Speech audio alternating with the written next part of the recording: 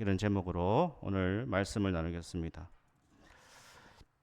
바울은요, 외부적인 핍박과 내부적인 어려움 가운데 빌립보 성도들에게 권면을 하고 있죠. 그것은 바로 27절에서 보여주는 것처럼 복음에 합당하게 생활하라.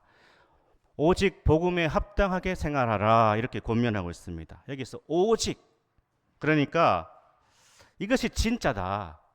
이렇게 가야 된다. 어떻게 해요? 복음에 합당하게 생활하는 것이 그리스도인의 부르심이다. 천국 시민의 부르심이다. 다른 길이 없다. 그런 뜻입니다. 그러니까 성도가 살아가는 삶의 기준이 분명하다. 오직 그리스도의 복음에 합당하게 생활하는 것이 천국 시민의 삶의 기준이자 우리의 부르심이라는 것이죠. 그러니까 복음에 합당하게 살아가지 않는 것은 성도의 삶이 아니다. 교회의 모습이 아니다. 라는 뜻입니다. 그래서 오직 복음에 합당하게 생활해야 된다. 여기 중요한 단어가요, 생활하다. 이 단어입니다. 헬라어의 폴리테오 에스테. 이것은 시민으로 살다, 그런 뜻입니다. 생활하라. 그래서 바울이 다른 서신에 쓰지 않는 이 생활하다, 생활하다라는 단어를 쓰고 있어요. 이 폴리스, 도시, 국가, 뭐 그런 의미잖아요. 도시, 국가, 폴리스, 이 폴리, 그런 어원을 가지고 있는데, 그러니까 폴리스의 시민으로, 도시, 국가의 시민으로 살아가라. 어떤 도시요? 어떤 국가요? 천국 시민. 천국, 하나님의 나라 백성답게 살아가라. 그게 바로 생활하라, 이 뜻입니다. 그래서 빌립보서 3장 20절에 보면 동일한 단어를 쓰고 있습니다. 그러나 우리의 시민권은 하늘에 있는지라 거기로부터 구원하는 자 곧 주 예수 그리스도를 기다리노니. 여기에서 바울이 시민권 했을 때 폴리튜마라고 하는 이 단어를 쓰고 있다는 것이죠. 그러니까 우리의 시민권은 대한민국 국적, 문경 시민, 이것을 넘어서서 하나님 나라의 시민이라는 것입니다. 천국의 시민권자다. 그러니까 그 시민권에 합당하게 살아가야 된다. 라고 지금 말씀하고 있습니다. 특별히 바울이 이 단어를 쓴 배경이 있습니다. 당시 빌립보 도시는 로마가, 빌립보가 저기 있고, 지도에 보면 로마는 지도에 저기 장화 모양이 로마가 있는 것은 이탈리아, 빌립보가 저기 있죠. 그러니까 이 빌립보는 로마가 세계를 제패할 때에 그 세계 제패를 했던 이제 군인들, 이 군인들 가운데 퇴역한 군인들, 제대한 군인들이 정착한 곳이 빌립보라는 도시였어요. 그래서 이 빌립보는 굉장히 크고 번창하는 그런 도시였습니다. 로마로부터 굉장히 많은 지원을 받았어요. 그래서 이 로마의 문화와 로마의 경제력과 로마의 어떤 권력, 힘, 이런 것들이 빌립보에 많이 투입이 됐습니다. 굉장히 이제 번창하는 그런 도시가 빌립보였는데, 그래서 이제 작은 로마 이렇게 불리기도 했다고 합니다. 빌립보는 작은 로마라고 할 정도로 이렇게 굉장히 문화적으로도 경제적으로 부강했다는 것이죠. 그런데요, 이 빌립보 옆에 보면 지도에 나오지 않지만 이제 트라케라고 하는 도시가 있었는데, 이 트라케는 야만 도시였어요. 그러니까 문명이 굉장히 낮은 그런 야만 민족이 사는 도시가, 트라케라고 하는 도시가 옆에 있었는데, 그러니까 이 빌립보 시민들은 굉장한 자부심이 있었다라는 거예요. 저 트라케라고 하는 야만 도시에 비해서 우리는 너무나 선진 도시다, 국가다, 그런 어떤 의식이 있었다라는 것이죠. 그러니까 사도 바울이 지금 이 복음에 합당하게 생활하라, 이 말을 쓴 것은 이 상황을 지금 비유로 쓰는 것입니다. 마치 빌립보 시민들이 트라케라고 하는 그 야만 도시에 비해서 훨씬 더 나은 자부심이 있었듯이 너희가 이 땅을 살아가지만 너희는 천국의 시민들이고 천국의 백성들이다. 이거를 알려주고 싶었던 것이죠. 그래서 바울이 복음에 합당하게 생활하라, 이렇게 표현하고 있는 것입니다. 그러니까 복음을 믿는 것은 뭐죠? 이제 소속이 달라지는 것입니다. 우리의 소속이 달라지는 것이고, 다른 시민의식과 국민의식을 가지고 살아간다는 것이죠. 그래서 우리는 이 땅을 살아가지만 우리의 의식은 천국 시민 의식 가지고 살아야 된다는 것이죠.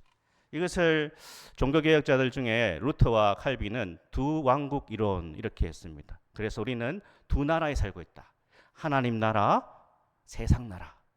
그러니까 우리는 이 두 나라에 살아가고 있지만 우리의 진정한 정체성은 하나님 나라의 백성이다. 우리의 소속은 하나님 나라에 있다. 그렇게 가르친 것이죠. 그래서 하나님 나라와 세상 나라가 다른 것인데요. 삶의 방식이 다른 것이죠. 대체로 이제 선진 사회라고 할까요? 이제 유럽이나 이렇게 미국이나 이런 쪽에 보면 그 시민들의 어떤 에티켓이 좀 다르지 않습니까? 예를 들면 뭐 보통 어느 건물을 들어갈 때에 좀 의식이 있는 시민들은 뒤에 사람을 배려해서 이제 문을 이제 잡아주는 것이죠. 그래서 뒷 사람이 들어올 수 있도록. 근데 우리나라 사람들은 대체로 뒷 사람 배려를 잘 안 하죠. 그런 게 좀 다르고. 또 보통 이제 외국인들이 선진 사회 의식들 중에 어떤 게 있는가 하면 서로 이제 지나다니다가 눈이 마주치잖아요. 눈이 마주치면 선진 사회는 어떻게 합니까? 이제 눈이 탁 마주치면 웃어주거나 가볍게 인사를 하잖아요. 우리나라는 어떻게 합니까? 눈이 마주쳤다. 뭘 꼬라봐. 뭘 째려봐. 이렇게 하면서 막 싸울 듯이. 이게 좀 의식이 다른 것이죠. 사도 바울은 이제 복음에 합당하게 생활하라 했을 때에 이 복음을 따라 살아가는 신자들은 이 세상 사람들과 다른 모습으로 살아간다. 그것을 보여주고 싶은 것이죠. 그래서 오늘 사도 바울이 이 복음에 합당한 생활이 무엇인지를, 천국 시민의 생활 방식이 무엇인지를 제시하는데, 그 첫 번째는 성령님 안에서 굳게 서는 것입니다. 성령님 안에서 굳게 서 나가는 것이 바로 천국 시민의 생활 방식이다. 27절에 보시면요, 뭐라고 하죠? 한 마음으로 서서, 이렇게 표현하고 있습니다. 한 마음으로 서야 된다. 여기 서서라고 하는 이 헬라어는 군사 용어예요. 그러니까 어깨와 어깨를 나란히 맞대고 굳건하게 서서 다가오는 적들을 막는 그 로마 병사들의 자세를 통하여서 적이 절대로 들어오지 못하게 굳건하게 서 있는 그 모습을 이 단어를 써서 사용하는 것입니다. 그러니까 사도 바울의 이 서신에 보면 군사 용어가 굉장히 많아요. 왜냐하면 우리도 하나님 나라의 군대, 어둠의 세력과 싸워야 되는 군대이기 때문에 다 군대 용어가 굉장히 많아요. 당시에 1세기 당시에 그 로마의 어떠한 이 상황을 가져와서 사도 바울이 이 스테케테라고 하는 이 헬라어를 써서 로마 병사들이 절대로 이 대오를 이탈하지 않고 쫙 이렇게 서서 방어진을 구축하는 이 모습으로 그리스도인들은 이 세상에서 복음을 위하여 믿음으로 굳게 성령님 안에 서야 된다. 이렇게 보여주고 있습니다. 아주 예전에 10년 전에 나온 영화 중에 우리 성도님들이 뭐 관심이 있었을지는 모르겠지만 이 삼백이라고 하는 영화가 있었잖아요. 제가 저 몸을 만들고 싶지만 불가능. 이 삼백이라고 하는 그런 영화가 있었습니다. 당시에 이 페르시아의 100만 대군에 맞서서 이 스파르타의 300명의 용사들이 100만 대군과 전투를 벌이죠. 그걸 다룬 영화가 바로 삼백이라고 하는 영화인데 이 사실 불가능한 싸움이잖아요. 100만 대군과 300명이 싸운다는 것은 불가능한 싸움입니다. 그러나 저 영화에서 이 300명의 용사가 나중에는 물론 이제 지금 패배합니다. 그러나 끝까지 자신의 나라를 지키기 위하여서 이 300용사가 맞서 싸우는 그것을 보여주었던 영화가 저 300이라고 하는 영화죠. 이 사도 바울은 지금 아주 힘들고 어려운 상황이죠. 외부의 핍박과 내부적인 어떤 어려움이 있지만 그 상황에서도 넘어지면 안 된다. 서서 끝까지 서야 된다. 끝까지 버텨야 된다. 그렇게 지금 계속 강력하게 권면하고 있는 것입니다. 그러니까 믿음이 뭔가? 믿음은 버티는 것이죠. 끝까지 인내하는 것이죠. 하나님 바라보고 정말 넘어질 수밖에 없는 상황이지만 어떻게 해요? 죽을 힘을 다하여서 서 있는 것이 바로 복음을 따라가는 삶이다. 고난의 현실에서 살아가는 그리스도인의 정체성은 계속 버티고 서 있는 것입니다. 믿음으로 서 있는 것이죠. 오늘 버티는 것이 어려운 시대죠. 우리 다 아는 것처럼 집사님도 기도하셨지만 경기 침체, 실업, 많은 어려움이 이 나라에 있습니다. 전 세계적으로 어렵다고 하고 대한민국도 지금 의료 문제, 정치 갈등, 경제적인 문제 많은 어려움이 있습니다. 오늘날 코로나보다 더 무서운 것이 청년 백수다. 그래서 100만 명이 넘었다고 하죠. 청년 실업이. 자영업 종사자들도 너무 어렵다고 하죠. 그래서 우리 사회 전반에 어려움을 호소합니다. 넘어지는 사람들이 너무나 많고 넘어지는 회사와 기업과 가게가 너무나 많습니다. 넘어지는 청년들이 너무나 많습니다. 교회도 마찬가지고요. 제가 보니까 우리나라 개신교 전체 통계에서 50명 이하 출석 교회가 80%가 넘는다. 그러니까 8, 90%는 다 50명 이하 출석이라는 거예요. 그러니까 전체 교회 가운데 50명 이상 되는 교회는 굉장히 소수라는 것이죠. 제가 우리 시찰에도 보니까 24개 교회가 있는데 50명 이상 되는 교회는 출석하는 교회는 3개밖에 안 돼요. 그 정도로 심각한 것이죠. 그러니까 우리가 영적으로도 그렇고 이 세상적으로도 너무나 어려운 시대죠. 사랑하는 여러분, 우리 성도님들은 어떻습니까? 교회는 왔지만 한 주간 우리가 참 힘들게 살다 겨우 이렇게 예배당에 나온 성도들도 있을 것입니다. 버티는 것이 너무나 어려운 그런 분들도 계실 것입니다. 좀처럼 나아지지 않는 환경과 상황, 집안, 배우자, 자식들, 하루하루 힘들게 버티는 그런 분들도 있을 것입니다. 버틸 힘이 거의 없는 분들도 있을 수 있습니다. 하지만 오늘 주님께서 이 말씀을 통하여서 복음으로 살아가는 인생은 어떠한 상황에서도 버티고 서야 된다. 서 있어야 된다. 어떻게 해요? 여기 한 마음으로 했는데 이 한 마음이라는 이제 그 헬라어가 푸뉴마. 이 푸뉴마는 성령으로 번역되기도 하고 정신이나 영으로 번역되기도 하는데 대부분의 학자들은 이 푸뉴마를 성령으로 해석하고 있습니다. 그러니까 성령님 안에서 서야 된다.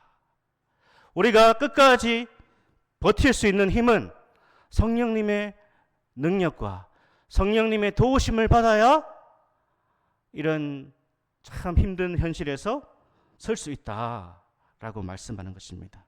그러니까 성령님 안에 살아가는 성도와 교회는 어려운 가운데서도 서 있을 수 있다. 내 힘으로는, 내 능력과 내 의지로는 쓰러질 수밖에 없지만 우리 그리스도인들은 우리 안에 계신 성령님께 우리가 기도하고 그분을 바라보고 의지할 때에 버티고 설 수 있는 힘을 주신다는 것입니다. 그 은혜가 이 주일에 우리 모든 성도님들에게 주어지기를 축복합니다. 성령님께서 우리에게 새 힘을 주셔서 너무너무 버티기 힘든, 서 있기 힘든 그러한 상황이지만 그러나 주님이 주시는 능력으로 힘으로 버티며 나아가는 것이 바로 그리스도의 복음에 합당하게 생활하는 신자의 모습이다 라고 말씀하십니다. 성령님을 의지하여서 끝까지 믿음으로 버텨 서 있으면 마침내 승리하게 되는 것이죠. 주님 의지하고 버티면 이기게 되는 것이고요.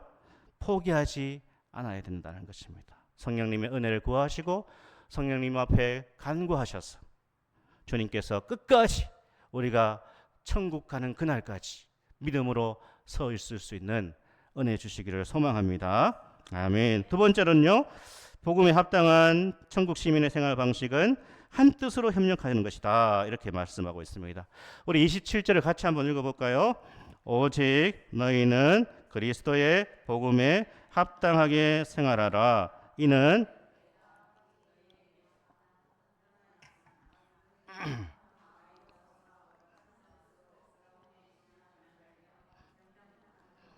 아멘. 한 뜻으로 복음의 신앙에 협력하는 것, 이렇게 말하고 있습니다. 여기에 협력이라는 단어도 중요한데 이제 함께 경기하다, 한 팀을 이루다, 이런 뜻입니다. 그러니까 운동 경기의 용어인데요, 혼자서 하는 경기가 아니라 팀워크라는 것이죠. 신앙생활을 운동으로 비유하면 개인 종목이 아니라 단체 경기라는 뜻입니다. 나만 잘하면 되는 것이 아니라 같이 잘해야 된다. 팀워크가 중요하다. 제가 저 그림을 올린 것은 옛날에 저런 것들 좀 했잖아요. 2인 삼각 경기. 예전에 어릴 때는 저런 걸 왜 시키나. 난 달리기도 잘하는데 내 혼자 뛰어야 되는데 이런 생각했는데, 참 저처럼 어릴 때 달리기 잘했던 사람들은 못 따라온 사람 굉장히 답답하거든요. 근데 저걸 하는 목적은 너 얼마나 달리기 네 혼자 잘해, 그걸 이제 보여주기 위한 것이 아니라 팀워크이죠. 팀워크. 두 사람을 세워놓고 서로의 발을 묶어서 마치 한 사람이 뛰는 것처럼 그렇게 하는 것이 2인 삼각. 우리 교회도 저런 것도 좀 해보고 했으면 좋겠어. 정말 재밌을 것 같아요. 정말 잘 뛸지 아니면 막 엎어지고 뭐 난리가 날지 모르겠는데, 이 경기에서 중요한 것은 얼마나 이제 그 팀에 달리기 잘하는 사람이 있느냐가 아니라 뭐죠? 발을 잘 맞춰 가는가. 보조를 잘 맞춰서 나아가는가. 이 경기에서 가장 중요한 것은 서로를 향한 배려죠. 배려. 서로를, 상대방을 배려하지 않으면 절대로 앞을 향해서 나아갈 수 없는 것이죠. 그러니까 빨리 가는 것보다 중요한 것은 같이 뛰는 거죠. 같이. 그래서 제가 요즘 고민이 됩니다. 목회에 내가 보조를 못 맞추고 있는가, 성도들과. 여러 가지 생각이 듭니다. 같이 뛰어야 되는데. 우리 성도들과 교회 생활하는 것이 쉽습니까? 어렵습니까? 어떻습니까? 우리 다른 성도들과 교회 생활하는 것이 쉽다라고 하는 성도들은 거의 예수님 수준입니다. 거의 그 인격과 신앙이 예수님 수준인 성도들은 교회 생활, 다른 사람들과 신앙생활하는 것이 너무 좋습니다. 또 하나는 신앙생활을 깊이 해본 적이 없어서 그렇습니다. 둘 중에 하나. 너무 믿음이 좋거나 신앙생활을 깊이 해본 적이 없기 때문에 저는 다른 사람들과 신앙생활하는 것이 너무너무 행복하고 좋습니다 라고 말하겠죠. 이런 말을 합니다. 교회는 멀리서 봐야 아름답다. 너무 가까이 가면 힘들다. 너무나 맞는 말이죠. 그래서 많은 오늘날 성도들이 멀리서 관망만 한다고 합니다. 멀찍이 떨어져 있다는 것이죠. 하지만 그 모습은 결코 건강한 신앙의 모습이 아닙니다. 협력하는 것, 한 뜻으로 협력하는 것이 우리가 천국 시민의 생활 방식이고 교회의 모습이고 공동체의 모습인데 너무나 어렵습니다.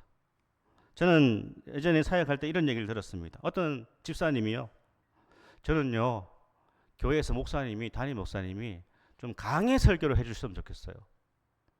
본문을 한 절 한 절 다 설명해주고 이 뜻이 무엇인지를 잘 설명해주는 강해 설교를 해주면 너무 좋겠어요. 근데 우리 교회 담임 목사님은 왜 강해 설교를 안 하시죠? 저한테 물어보면 어떡합니까? 제가 부목사인데 담임 목사님한테 가서 목사님 강해 설교를 하시죠? 성도들이 원합니다. 그런 말 못 하잖아요. 근데 또 어떤 성도님들은 만나보면 강해 설교 너무 어려워요. 저는 그냥 쉽고 재밌는 설교 좋아요. 또 이렇게 얘기합니다. 교회에서 통성기도 좀 제발 안 했으면 좋겠습니다. 방언기도 좀 안 했으면 좋겠습니다. 저는 묵상으로 기도해야 좋은데 그 집사님 너무 막 방언기도 하시고 통성기도 하고 저는 너무 싫어요. 이런 분이 있어요. 또 어떤 분은 교회의 기도 소리가 울려 퍼져야죠. 부르짖고 기도해야 되지. 묵상 기도가 기도입니까? 이런 사람도 있어요. 또 우리 교회는 왜 제자 훈련을 안 합니까? 막 이런 불만. 또 한편은 저는 제자 훈련 시켜서 이 교회 못 나오겠어요. 저는 정말 제가 직접 들었습니다. 예. 제자 훈련 시키면 저 교회 안 나올 겁니다. 그렇게 얘기하시더라고요. 집사님이. 남자 집사님이. 그래서 그거 참 얘기하니까 담임 목사님한테 그 사람은 건들지 마라. 예. 더 이상 얘기하지 마라. 그렇게 얘기하더라고요. 그러니까 너무 다양하고 생각이 다르고 참 협력하고 하나가 되는 것이 이렇게 힘든 일이구나. 다 맞는 말이죠. 저는 강해 설교가 좋아요. 저는 주제 설교가 좋아요. 저는 통성 기도를 해야 돼요. 저는 방언을 해야 돼요. 방언 싫어요. 훈련하라고 하지 마세요. 훈련 안 하고 뭘 합니까? 이런데 어떻게 하나가 됩니까? 어떻게 협력을 합니까? 한 뜻이 될 수 있습니까? 그러나 모든 공동체의 진정한 힘은요, 그 공동체가 하나 될 때, 가정의 진정한 능력과 가정의 진정한 평안과 가정의 진정한 힘은요, 부부가 하나 될 때, 그 가정이 든든히 서가죠. 교회도 그 교회만의 힘은 그 교회가 하나 될 때 진정한 힘을 발휘한다는 것입니다.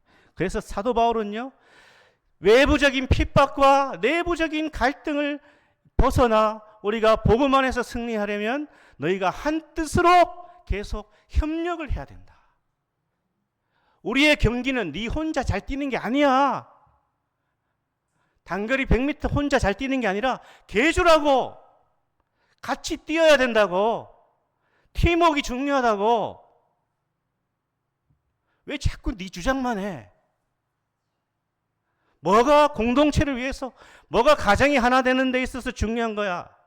뭐가 교회가 하나 되는 데 있어서 가장 중요한 게 뭐야? 라고 사도 바울이 계속해서 얘기하는 것이죠. 내 옆에 있는 성도들은요, 하나님께서 복음을 위하여서 하나의 멋진 팀을 이루라고 주신 선물입니다. 선물요. 이걸 받아들여야 돼요. 저도 하나님께서 이 목회지를 나에게 주신 목회의 선물이다 라고 받아들여야 되는 것이죠. 우리 성도님들도 옆에 계신 분들이 하나님께서 하나님 나라를 위하여서 나에게 주신 멋진 팀이다, 선물이다. 한번 인사해 볼까요? 성도님은 저의 선물이십니다. 진심으로 해보세요. 뭐 선물이 뭐 이래 이렇게 하지 말고 선물이십니다. 아내가 선물이고 자녀들이 선물이고 성도들이, 옆에 있는 성도들이 하나님이 나에게 좋은 팀을 이루라고, 하나님이 기뻐하시는 가정을 세우라고 주신 남편과 아내요 자식이다, 선물이다. 그래서 팀이 되어야 되는 거예요. 각자 놀면 안 되는 거죠. 와이프 따로 남편 따로 맨날 따로따로. 교회도 다 뿔뿔이.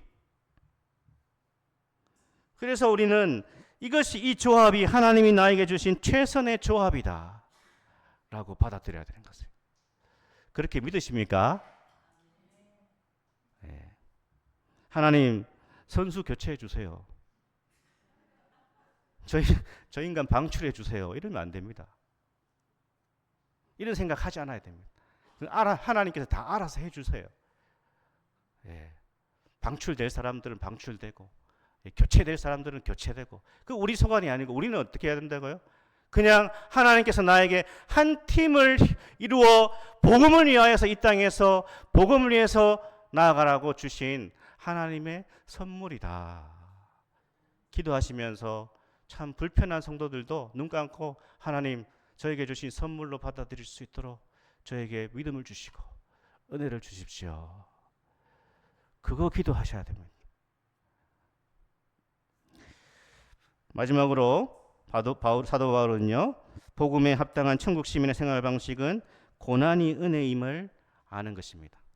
고난이 은혜라는 것을 받아들이는 것입니다. 우리 29절 말씀 같이 한번 읽어볼까요? 그리스도를 위하여 너희에게 은혜를 주신 것은 다만 그를 믿을 뿐 아니라 또한 그를 위하여 고난도 받게 하려 하심이라. 아멘. 표준 세번역은 이렇게 번역했어요. 하나님께서는 여러분에게 그리스도를 위한 특권, 즉 그리스도를 믿는 것뿐 아니라, 그리스도를 믿는 것도 특권이라는 거죠. 그리스도를 믿는 것뿐 아니라 또한 그리스도를 위하여 고난을 받는 특권도 주셨습니다. 예수님 믿는 것이 우리의 특권이잖아요. 아무런 은혜일 수 없는 특권입니다. 그런데 바울은 그리스도를 위하여 고난받는 것도 특권이다, 이렇게 말씀하고 있습니다. 사랑하는 여러분, 고난이 은혜다, 고난이 특권이다 생각해 본 적 있습니까? 바울은 예수님을 잘 믿어서 받는 고난을 은혜요 특권이라고 말하고 있습니다. 잘 이해하기 어렵습니다. 하지만 이 말씀을 제대로 이해한 사람들이 있습니다. 사도행전 5장 41절에 이렇게 말씀하죠. 사도들은 그 이름을 위하여 능욕받는 일에 합당한 자로 여기심을 기뻐하면서 공의 앞을 떠나니라. 예수 믿고 고난받는 것이 어떻게 은혜죠? 어떻게 특권입니까? 그러나 바울은 30절에서 이렇게 말합니다. 30절을 보실까요? 너희에게도 그와 같은 싸움이 있으니 너희가 내 안에서 본 바요 이제도 내 안에서 듣는 바니라. 예수님이 받은 고난을 함께 받는 것이 신자들의 특권이고 교회의 특권이고, 사도 바울이 복음 때문에 받은 이 고난, 예수 믿으면서 당한 어려움, 이것이 특권이다. 너희는 예수님과 같이 취급받고 있다. 너희는 사도들과 같이 동급으로 취급받고 있다. 왜? 복음 때문에 고난을 받고 있으니까. 그리스도를 위하여서 핍박을 받고 있고 고난을 받고 있고 세상에서 어려움을 당하고 있는 그것이 바로 너희가 지금 예수님의 어떠한 수준까지 너희를 지금 취급하고 계시는 것이다. 그 많은 믿음의 사도들과 동급으로 너희를 취급하고 계시는 것이다. 믿음으로 인해서 당하는 모든 고난과 어려움은요, 예수님의 고난에 참여하는 것이다 라고 말씀합니다. 이 고난을 통해서 우리는 예수님이 가신 길을 가게 되고요, 이 고난을 통하여서 우리는 진정 참된 믿음으로 나아가게 되는 것입니다. 사도 바울이 간 이 복음의 길, 이 믿음의 길을 똑같이 걸어가고 있는 것입니다. 이 고난의 길을 간 예수님과 사도 바울과 모든 믿음의 신자들이 열매를 맺었습니다. 그 열매는 이 세상의 열매가 아니에요. 그래서 고난은 믿음의 길에서 피할 수 없지만 예수님은 그 모든 것을 놀라운 열매로 우리에게 안겨주신다는 것입니다. 사랑하는 여러분, 무엇이 천국 시민의 생활 방식이죠? 오늘 사도 바울이 말씀하고 있습니다. 진정한 신앙이 무엇입니까? 참된 신앙은 온실 속에 있는 것이 아닙니다. 광야에서 버티는 것입니다.